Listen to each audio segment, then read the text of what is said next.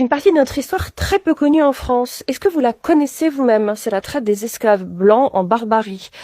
Entre les 14e et 19e siècles, des corsaires de la côte nord-africaine, je parle de l'Algérie, de la Tunisie, de la Libye, du Maroc, capturent des centaines de milliers d'Italiens, d'Espagnols, de Français, de Portugais, des Anglais, des Irlandais, ça va même jusqu'à Reykjavik en Islande, pour les réduire en esclavage. La piraterie barbaresque, elle existe depuis l'arrivée de l'islam et c'est à partir du 14e siècle qu'elle devient un système organisé. C'est systémique, comme on dirait aujourd'hui, je n'aime pas ce mot. Et du 16e au 19e siècle, elle atteint son apogée, on dit aussi parfois 18e. Alors les corsaires agissent avec l'autorisation du pouvoir pour capturer des navires chrétiens, attaquer les côtes, enlever hommes, femmes, enfants, pour les revendre ou exiger une rançon. Alger, sous domination ottomane, devient la plaque tournante de cette traite humaine en Méditerranée occidentale. Est-ce que Barberousse, ça vous évoque des souvenirs? Les chiffres maintenant, ils varient. L'historien américain Robert Davis estime qu'entre 1530 et 1780, on a 1 million à 1 250 000 Européens réduits en esclavage en Afrique du Nord.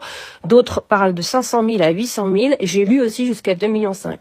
Les régions françaises les plus touchées, Provence, Languedoc, Corse aussi énormément, des villages côtiers attaqués, parfois entièrement vidés de leurs habitants.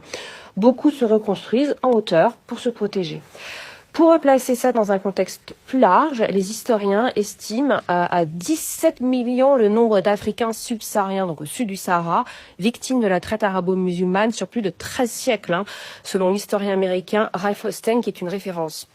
C'est une traite dont on parle encore moins. Alors les captifs européens travaillent aux fortifications, dans les chantiers navals, dans les galères. Les galériens sont enchaînés aux rames et subissent les conditions les plus dures.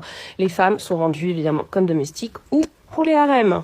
L'écrivain espagnol Cervantes, l'auteur de Don Quichotte aussi, Don Quichotte a été esclave pendant 5 ans. Ça doit vous évoquer des souvenirs aussi dans Don Quichotte. À Alger.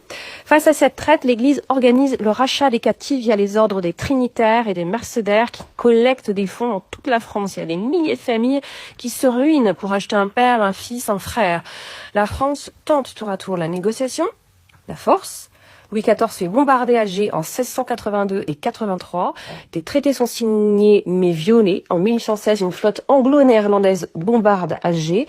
Et en 1830, date très connue, et la France conquiert Alger. C'est la fin de la régence corsaire et le début de la colonisation de l'Algérie.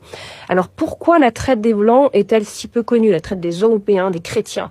Pendant des siècles, la captivité à Alger, c'était une réalité familière aux Français. Et puis cette mémoire, s'est effacée avec l'histoire coloniale, l'indifférence académique qui aboutit à une sorte d'amnésie collective. La mémoire de la traite des esclaves ne peut pas et ne doit pas être sélective.